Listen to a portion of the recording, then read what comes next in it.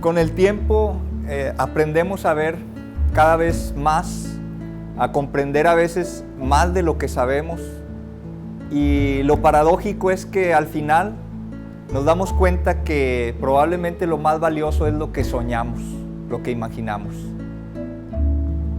En esta ocasión, en Panorama Colectivo, Catherine Benich nos va a platicar sobre las cámaras no convencionales, esas cámaras que nos encontramos de repente extrañas. Y también Leopoldo Martínez nos va a hablar sobre el grupo Tool, especialmente de su videoclip Vicarious. Además, Alan García nos va a hablar de la película Medianoche en París, de Woody Allen. Y tenemos en la entrevista al diseñador gráfico Félix Beltrán. Todo esto y más en nuestro Panorama Colectivo.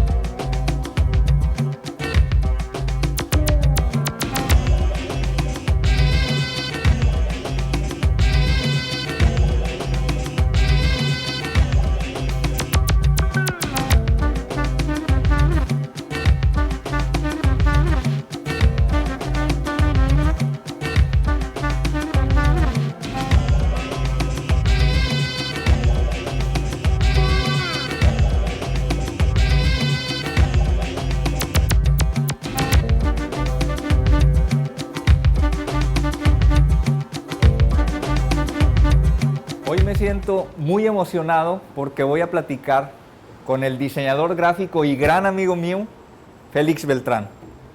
Félix, bueno, qué gusto saludarte. Un placer contar con tu presencia aquí. Me da mucho gusto que estés por en favor, Monterrey. nos sentamos y conversamos. Claro que sí. Félix, pues queremos platicar muchas cosas contigo. A tu disposición siempre, ¿eh? A mí me gustaría. gustaría. De nuevo, muchas felicitaciones por tu reiteración en tus responsabilidades y por el informe anual del cual he escuchado comentarios muy favorables. Sí. Bueno, es el compromiso que tenemos aquí, Félix. Así es. Me gustaría empezar con que nos platicaras sobre la formación que tienes, Félix. Bueno, yo pretendí estudiar medicina. Mi procedencia es bastante humilde y las condiciones eran muy adversas socialmente. Me refiero a la década del 50. La Universidad de La Habana, debido a esas circunstancias políticas dictatoriales, estaba cerrada por la protesta de ciertos estratos estudiantiles y debido a mi procedencia humilde tenía que encontrar una alternativa. A la Facultad de Medicina. La Facultad de Medicina estaba cerrada y tuve la oportunidad, siempre dibujaba, tenía una atmósfera hacia la cultura, mis padres, una inclinación a la música culta, a exposiciones de pintura, a no estar de espaldas tampoco a lo que sería la música popular, y todo esto por una coincidencia pude entrar en McCann Erickson, que era una oficina de publicidad, una filial de la central que estaba en Nueva York. Entonces empezaste trabajando en el diseño, no estudiando. Claro, sin percibir sueldo, porque así eran las condiciones en aquel entonces. Y la atmósfera era muy favorable, lo que sería la disciplina. El director de arte era un español, José Luis Rivera Chacón. Habían de otras latitudes, estaba Glyn Jones, que era un inglés pintor. Eran, diríamos que, circunstancias muy inclinadas a la cultura, a la música, a la literatura. Se hablaba de literatura, se hablaba de pintura. En esas circunstancias descubro la pintura moderna, Vincent Van Gogh, Max Chagall. Era justamente en 1983, 53. 53. ¿Qué tipo de trabajos se hacían en aquella época? Publicidad, pero eran de nivel. se tenía cuentas como la ESO Standard Oil, como Teléfonos de Cuba, y eran cuentas importantes. Creo que tenían, entre las cuentas estaba la General Motors, porque recuerdo que uno de los ejecutivos que todavía sobrevive era ¿cuál era el nombre de él? Fernando Calvo. Y está en Miami, y tenía un Studebaker, que era un modelo creado por uno de los pilares del diseño industrial, Raymond Loewy, y era como muy moderno, parecía prácticamente un avión que le faltaban las alas. Y era, repito, una de las cuentas, la General Motors, que tenía.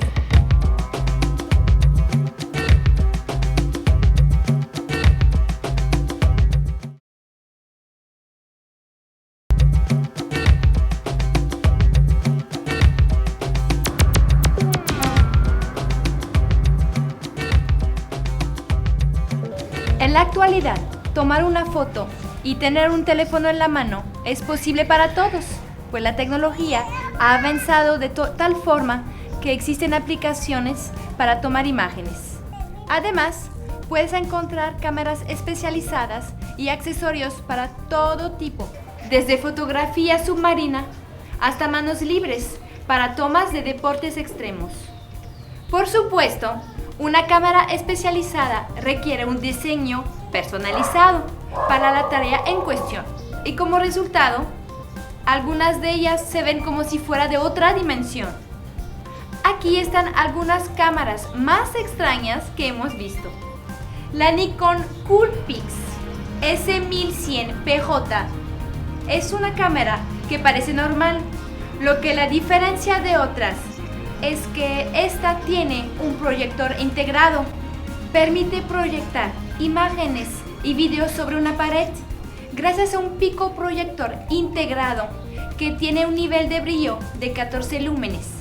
También puedes utilizar su pantalla táctil para dibujar sobre las imágenes proyectadas. Para fotos panorámicas, existe una cámara con 160 megapíxeles de la Zeiss 6x17. El cuerpo está destinado a agarrarse con las dos manos, ya que pesa 4 kilos. No es tan cómodo.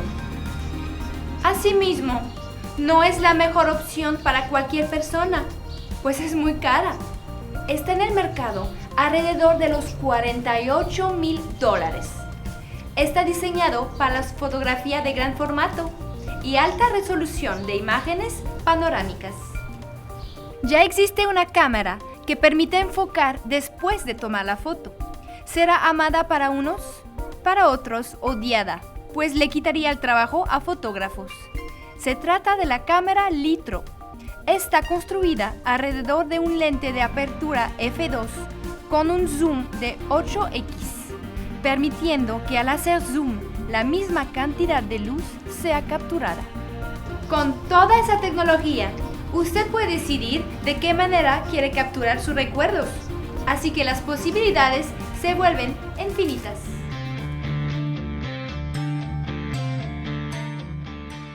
Y en ese tipo de cuentas tan importantes, ¿a ti ya te dejaban participar? Me dejaban participar, me había destacado un poco, y lo digo sin la más mínima dosis de altanería.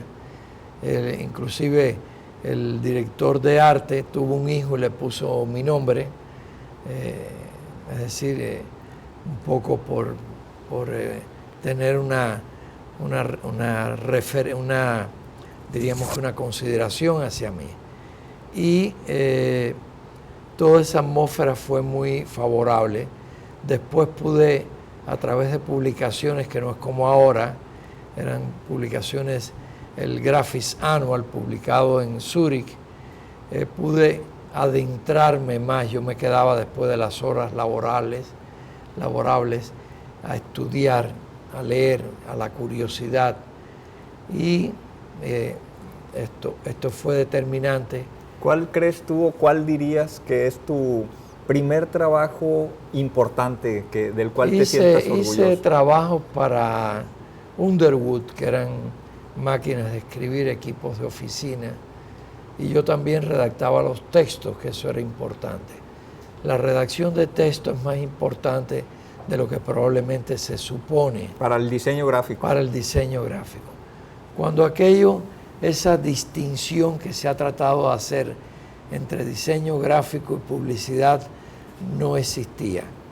Tampoco se contaba con un nombre adecuado como puede ser en el área de la medicina, que no hay dudas, todos tenemos una idea de lo que es la medicina, sí, por las propias experiencias incluso, y la medicina tiene un papel preventivo de enfermedades y de lo que sería la atención o el atenuar enfermedades en cuanto a sus síntomas. Pero en esto se hablaba de arte comercial, se hablaba de diseño gráfico, se hablaba de publicidad, pero todo en definitiva es lo mismo. Es a través de medios indirectos, varios, como puede ser un cartel, un espectacular, como le decimos a las vallas en México, a través de un spot de televisión, cuando aquello el movimiento no tenía tanta presencia como ahora, o como un telop de televisión.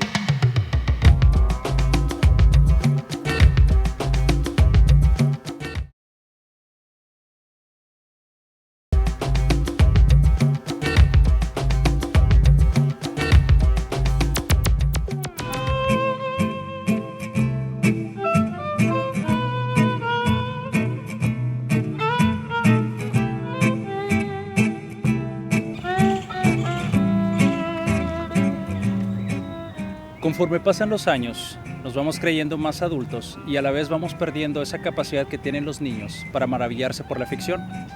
Cuando escuchábamos un cuento, podríamos casi jurar que era tan real como la vida misma, por más increíble que pudiera parecer. Pero con el paso del tiempo, conforme vamos creyendo que lo único adulto es la realidad y lo único real es la vida, no la ficción, aún hoy en nuestros días seguimos interpretando personajes en la realidad como cuando éramos niños. Si estamos con la novia o con el novio, tenemos una personalidad. Si estamos con papá o con mamá, somos de otra manera muy diferente. Si estamos en una fiesta con amigos o en alguna junta directiva, pensemos los personajes en los que nos convertimos. Si vamos a una sala de cine, es obvio que lo que vemos es ficción y aún así reímos o lloramos, ¿cierto? Nos la creemos. Curiosamente, la mayoría de los adultos disfrutamos muchísimo más esos dramas que se asemejan más a la vida real. Sin embargo, existen muchísimos cineastas que experimentan con este fenómeno de la ficción, esa relación que hay entre la ficción y el espectador, mejor conocido este concepto como diégesis. La diégesis es este fenómeno que hace que lo que nosotros apreciemos, aunque sea ficción, sea creíble dentro de sus propias reglas de universo ficticio. Anteriormente, cineastas como Fellini experimentaban los extremos de la realidad representada en el cine, o sea, hasta qué grado el espectador puede seguir considerando una representación de la realidad en pantalla como algo real si las acciones y personajes son llevados más a tratar de representar la realidad misma como un producto de la ficción y no al revés como se suele hacer. Es por eso que el cine de Fellini podría llegar a parecer más surrealista que realismo, como si fuera un sueño filmado.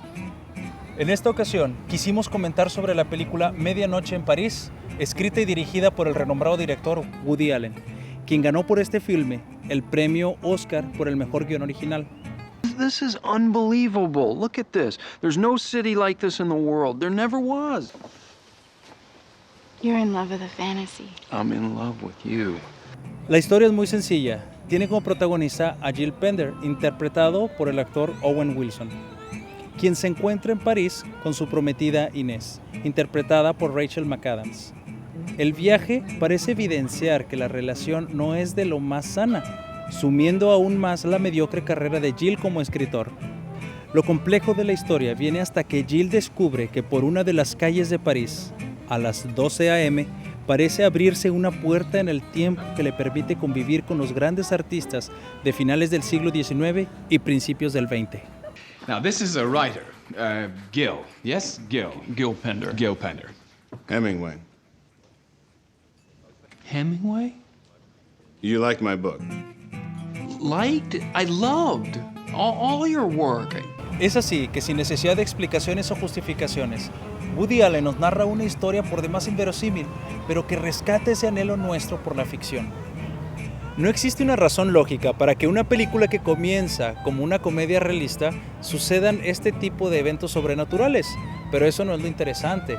Lo interesante es que gracias a que no explica el porqué del fenómeno, la historia no se convierte en ciencia ficción, sino que se mantiene como una comedia realista, ya que nos muestra una representación de los anhelos adultos por redescubrir la ficción, pero de manera consciente, el sano y momentáneo escape a esos momentos sofocantes de la realidad adulta, sin necesidad de explicar o justificar la fantasía. Y es así como en Medianoche en París podemos degustar lo que sucede cuando la ficción es representada en la ficción, con un final por demás moralégico. Al final, Jill decide regresar a la realidad para sacarle provecho al viaje que hizo a la ficción y cobrar la recompensa por dicha decisión.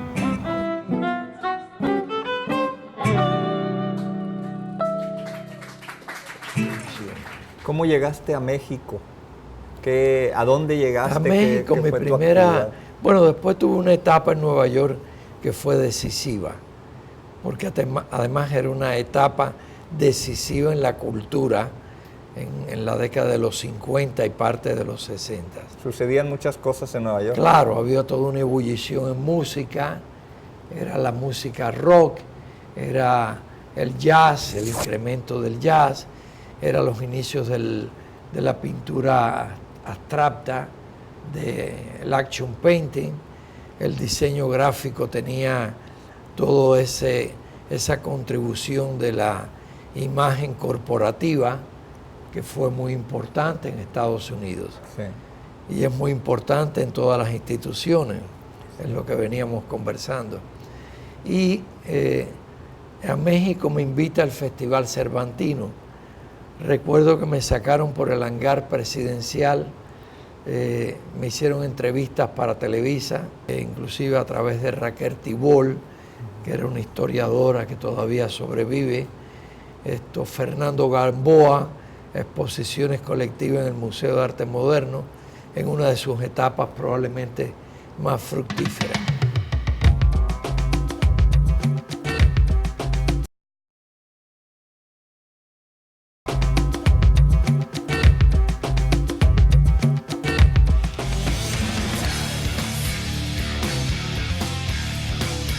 ¿Cómo hallaste a México en ese momento en relación al diseño gráfico?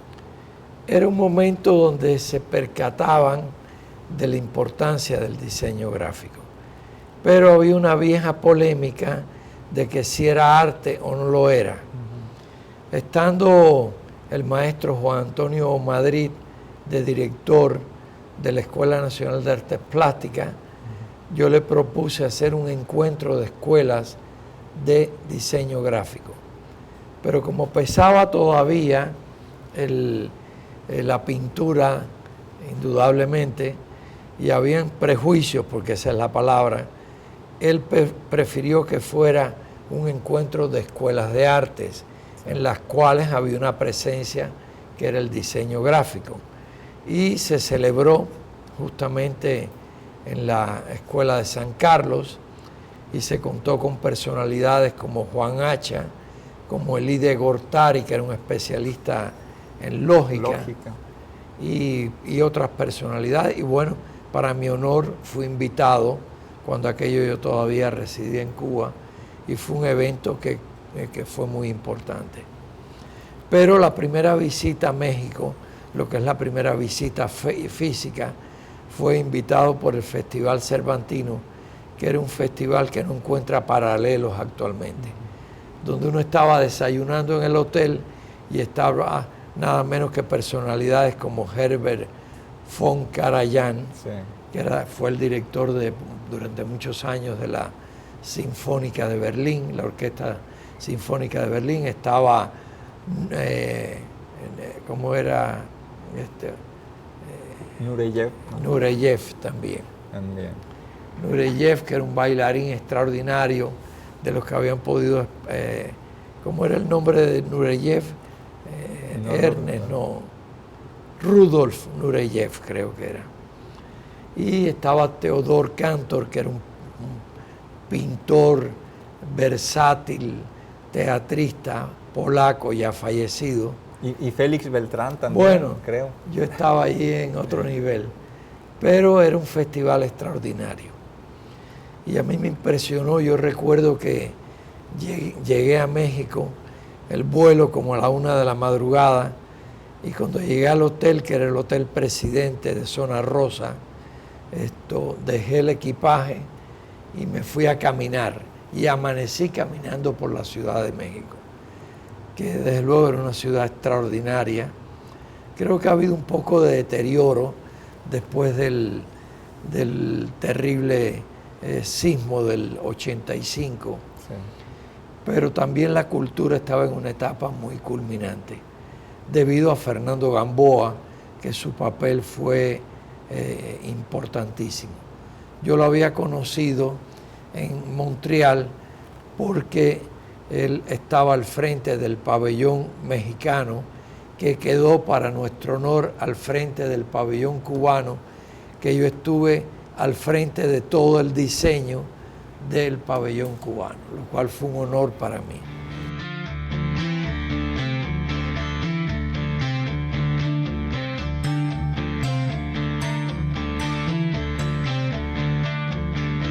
Hola, bienvenidos a esta emisión de Panorama Colectivo en la sección de videos. En esta semana te presentaremos un video del grupo Tool, que en el año 2006 lanzó su álbum llamado 10,000 Days, de cual se desprende el siguiente sencillo llamado Vicarious. Tool es una banda ampliamente reconocida por lo intrigante de sus letras y la animación en sus videos, la cual está a cargo de Adam Jones, integrante del grupo, que también ha participado en películas y videos de otros grupos. Para presentarte este video, quiero mencionar una frase del director norteamericano de cine Quentin Tarantino, quien dice que una de las cosas más divertidas por filmar es la violencia. Pero ¿por qué hablar de violencia si socialmente la repudiamos y la rechazamos? Esto lo hacemos siempre y cuando estemos bien enterados de cómo sucedió y cuándo sucedió. Henos aquí en un páramo desolado donde criaturas gigantescas rasgan la tierra ya infértil, donde nuestro consciente e inconsciente se funden para ver una atmósfera destructiva en la cual somos espectadores y protagonistas a la vez. Vicarious nos ofrece una reflexión sobre la forma en que la sociedad se educa y se divierte con la violencia y el morbo. El video nos muestra la lucha interna del espíritu de una forma muy simbólica en la cual vemos nuestra propia energía o nuestro propio espíritu en una confrontación con la violencia, en la cual creemos que no somos partícipes, pero terminamos siendo parte del problema. Los efectos de video son más que impactantes y sumamente detallados, y por supuesto hacen alusión al trabajo del ilustrador Alex Gray, que es amigo de la banda y quien colabora con Adam Jones para la realización de este video. Este video es el único en toda la trayectoria de Tool que se ha realizado únicamente por computadora, producido por diseñadores de arte de la productora Hydrox Visual Effects, basándose en los storyboards de Alex Gray y Adam Jones, utilizando programas de diseño en 3D, entre ellos Maya y el Final Cut, para realizar los cortes y armar el video. Hydrox Visual Effects ha estado a cargo de diferentes proyectos musicales y películas, entre ellas Piratas del Caribe y Capitán América. El universo hostil, impersonal, devorando todo para sobrevivir, así es y así será siempre. Tan impresionantes somos como igualmente devastadores, concentrando nuestra visión en lo más básico o en lo más complejo, en lo más humano o en lo más inhumano. Más allá de nuestra visión, ¿encontraremos realmente lo que nos dé paz? ¿O solamente estamos compartiendo una parte de lo que somos, fuimos o seremos? Con este mensaje de Tool te dejamos con el video Vicarious.